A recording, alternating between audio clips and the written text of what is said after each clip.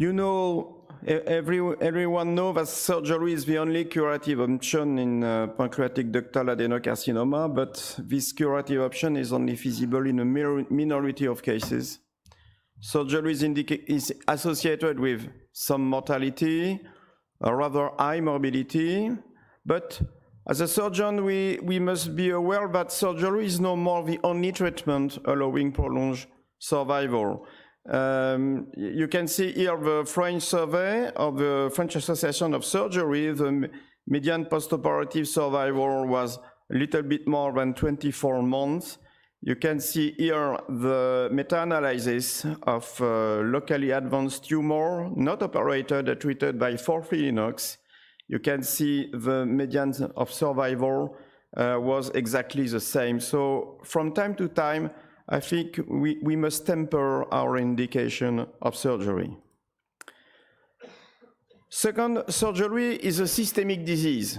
You know that at presentation, usually there are some metastases, either in the liver, in the peritoneum, or distant lymph node metastases. Also, in patients who receive a pancreatectomy, the postoperative recurrence is very frequent, and the majority of these recurrences are metastases. Synchronous liver metastases are, for the majority of surgeons, a contraindication for upfront resection. You can see two recent series, the median survival observed after pancreatectomy and metastasectomy in a few patients. The number of patients is usually small, is 12 months. I think it's a contraindication because if you compare to the recent randomized controlled trial of Thierry Conroy evaluating the FOLFIRINOX, the difference in median survival is only 11 months. So the difference is only 1 month, and if the deal is 1 month on survival versus 1 laparotomy, I'm not sure we will choose surgery in this setting. It's the same for distant lymph node metastases.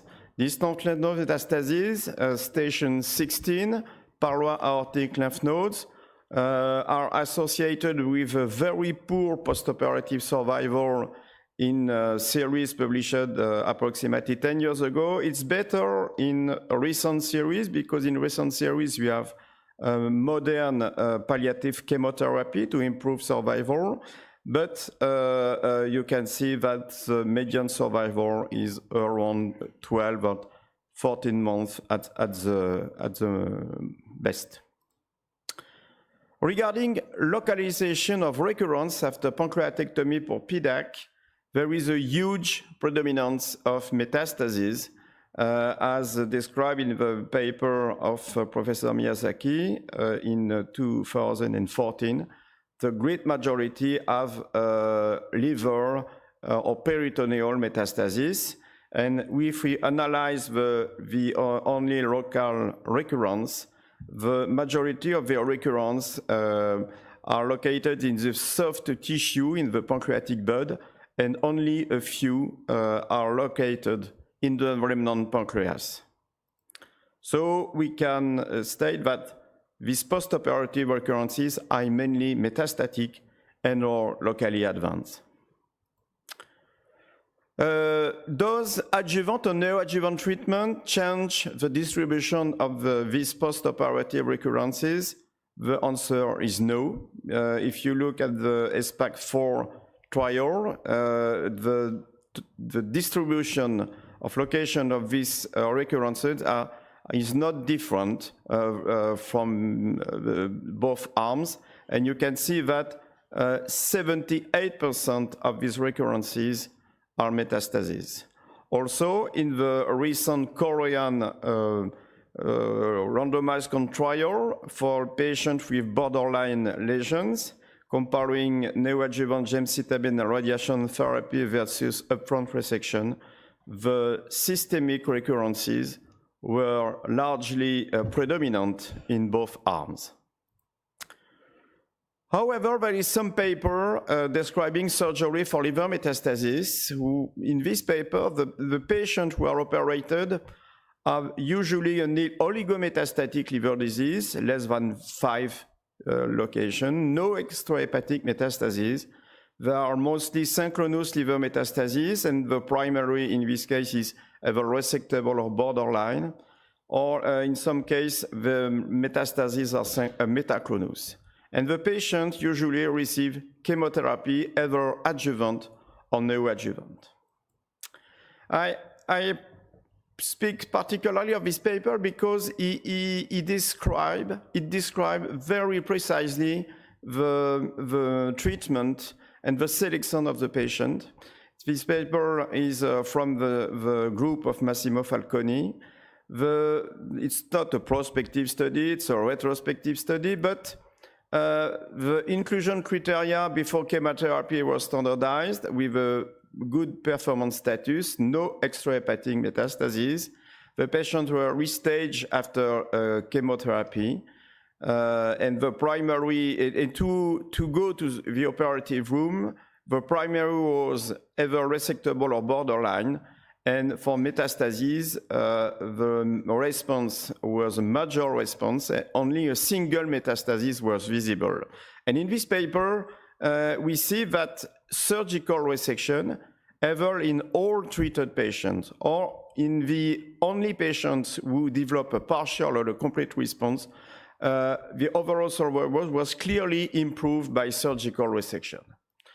There is probably a huge number of biases, such age, initial resectable versus borderline lesion, initial number and location of liver metastases, performance status after treatment, head versus body localization, type of chemotherapy, etc. But I think that the most important result is this one. Of the 11 patients who had resection, 10 developed recurrence, including 7 in the liver. So even after a good selection, the disease is mainly a systemic disease and is always a systemic disease.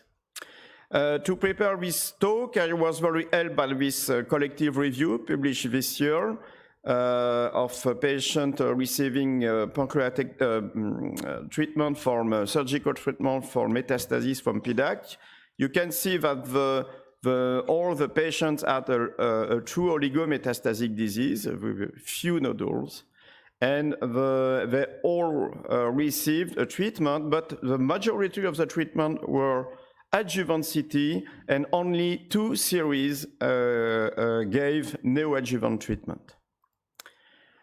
These are the results in terms of survival. Some studies are negative, and of the positive study reporting a favorable effect of surgery, the median postoperative survival was between 12 and 18 months. In the group of patients who had upfront surgery, the rate of patients surviving more than 2 years was around 5%.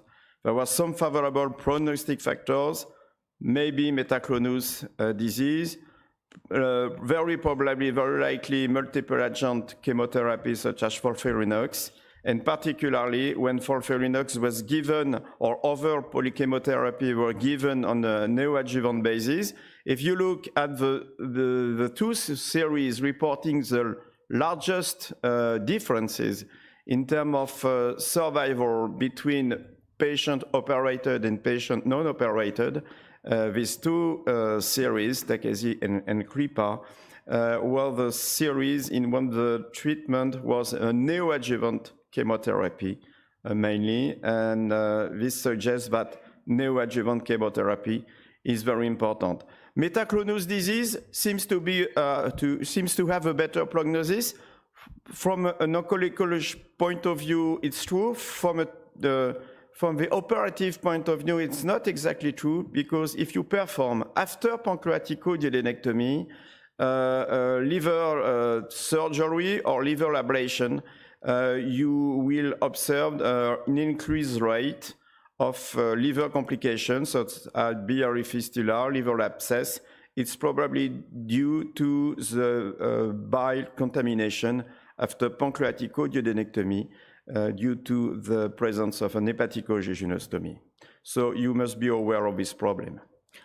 There are, however, some favorable cases. It's possible to perform surgery for liver metastasis from PDAC with favorable results. This is one personal example, one young female patient with some epigastric planes, mild weight loss, with a resectable PDAC, several liver metastases. As you can see, we have the pathological confirmation that it's liver metastasis. The CA19-9 is elevated. So we begin FOLFIRINOX and the patient is treated.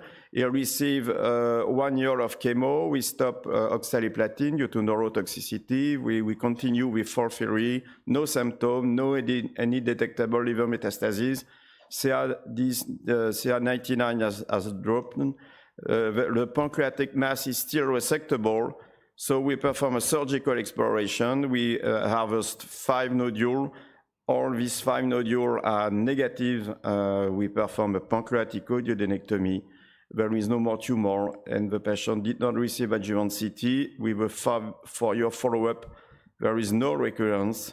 To be a little bit provocative, I would conclude for this case that surgery was an adjuvant treatment, while chemotherapy was the main and the most efficient treatment. And I think it's true for every patient with liver metastasis from PDAC. There is an exception, it's lung metastasis. Lung metastasis represent 15% of recurrences of third upper pancreatectomy for PDAC. The particularity is that these lung metastases are associated with a good prognosis. Good prognosis with 15 months of median survival after diagnosis of lung metastasis, and comparing all sites of metastasis of several recurrences, you can see that lung metastasis is associated with an overall survival from the date of pancreatectomy up to 40 months, much better than observed for patients who develop liver metastasis. It's also possible to perform metastasectomy in the lung with good favorable results in terms of survival.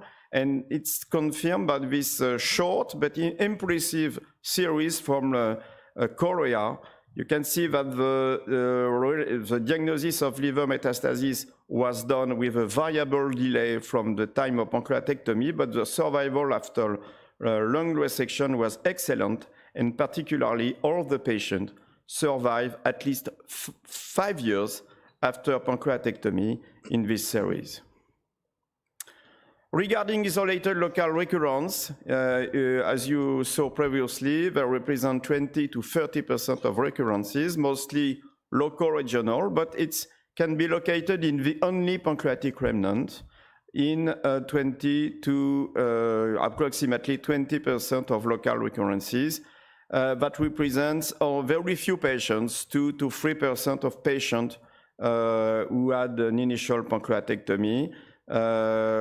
These tumors are probably a new cancer in the majority of cases. They could be more frequent in some special settings, such as IPMN or familial predisposition, because there is some data in the literature suggesting that the risk of recurrence in the pancreatic remnant is higher in IPMN associated with high-grade dysplasia or invasive IPMN. And the series of Baltimore of patients operated with non-invasive IPMN, with a median follow-up of 38 months, the risk to develop a new IPMN and to develop a carcinoma rised up to 40% at 10 years. And the main risk factor identified in this series was a family history of PDAC. So probably there is some cases in justifying a very prolonged and a careful follow-up. This isolated local recurrence can occur late after initial pancreatectomy, and one review estimated that approximately 1/4 of these recurrences occur more than 5 years after initial pancreatectomy. That means that we have to follow carefully the patient even more than 5 years after the first operation. And probably there is an influence of the disease-free fervor on the prognosis and on the treatment, because if we look in this systematic review at the delay between the pancreatectomy and the diagnosis of recurrence, you can see that in all the series in which the patient were treated by surgery, the minimal delay was 25 months, whereas it could be shorter and was generally shorter in the patient who received only chemoradiation therapy, chemotherapy, or stereotaxic body radiation therapy. So probably the longer is the delay and the better is the prognosis. To treat this patient, we have to perform a completion pancreatectomy with a low mortality, rather high morbidity. The rate of R0 resection is unclear in the literature because the distance between the tumor and the margin is usually not given. The median survival after reparation range from 16 to 30 months, and a few patients receive adjuvant or neoadjuvant treatment. Approximately half of the patients receive adjuvant, and very few, very exceptionally, patients receive neoadjuvant treatment. Intervention for stop recurrence is beneficial, as confirmed by this very recent Japanese collective series, with median overall survival of 26 months versus only 14 months in case of non-resection. But still, the metastatic recurrence is the rule. And once again, the patient will develop metastasis, distant metastasis, approximately 60% of the operated patients and 80% of all recurrences, confirming that PDAC and recurrent PDAC, even late after the initial operation, is still systemic disease. So my personal opinion is that in case of recurrence on the pancreatic remnant, surgery alone is not enough, and we have to perform neoadjuvant treatment in order to improve selection, to improve the median survival comparatively to upfront surgery. We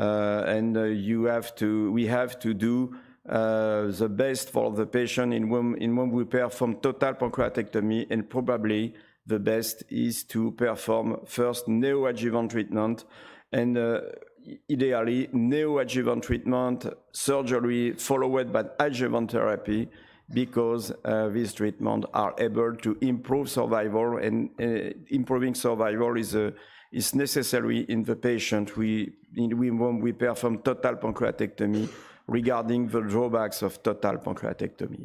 So these are my conclusions. For liver metastasis, surgery can be planned very selectively after an efficient and prolonged neoadjuvant chemo, which is the most efficient and most important treatment. After PD, if you resect metaclonus LM, you will observe high morbidity. Resection of liver metastasis should be followed by adjuvant CT due to the very high risk of recurrence, so you have to plan adjuvant CT after surgery and neoadjuvant. Isolated pulmonary metastases have a favorable prognosis, can be resected, and for local recurrence, surgical indications are exceptional, maybe except in IPMN and in a familial predisposition, and neoadjuvant treatment followed by completion pancreatic and adjuvant CT could be the best option. Thank you.